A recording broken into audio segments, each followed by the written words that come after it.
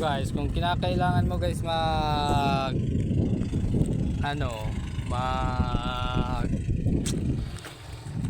relax, pumunta lang ho kayo dito sa Panganiban.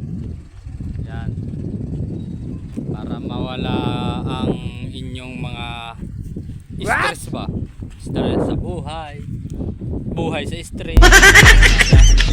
Yan ang pupunta ka lang dito sa Panganiban, magtingin ka mga bangka yan, o kaya mamangka ka sa tingin. Yan ang mo dyan dapat para ikaw ay ma-relax.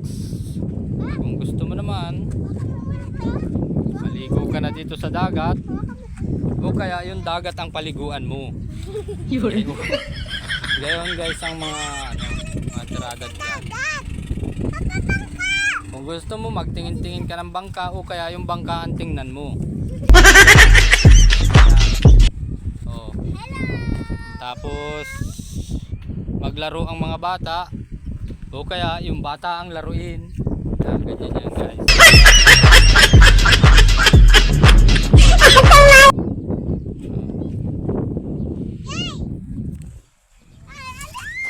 Sige guys, okay na. Sige guys, bye bye.